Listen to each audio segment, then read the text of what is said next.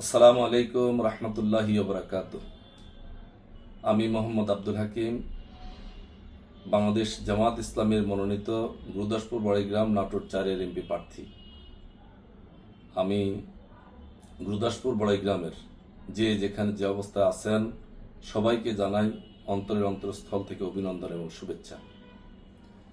গুরুদাসপুর বড়াইগ্রামের সকল মানুষের একান্ত হৃদয়ের দাবি এই হাটিকুমরুল টু বনপাড়ার যে রাস্তা, এই রাস্তাটি সিঙ্গেল সংকীর্ণ রাস্তা হওয়ার কারণে প্রতিনিয়তই কোনো না কোনো দুর্ঘটনা ঘটেই যাচ্ছে।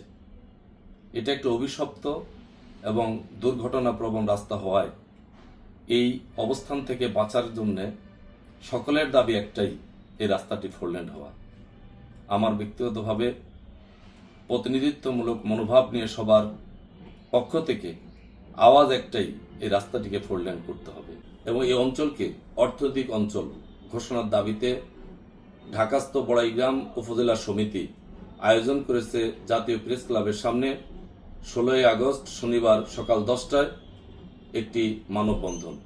সেই মানববন্ধনের সাথে আমি একমত হয়ে ব্যক্তিগতভাবে অংশগ্রহণ করব, উপস্থিত থাকব এবং আহ্বান করব গুরুদাসপুরের বড়াইগ্রামের যেখানে যে অবস্থায় আছেন, বিশেষ করে ঢাকাস্থ সবাইকে বিনয়ের সাথে অনুরোধ করব, আসুন এই দাবির সাথে একমত হয়ে জাতীয় প্রেস ক্লাবের সামনে মানববন্ধনে আমরা একত্রতা ঘোষণা করি।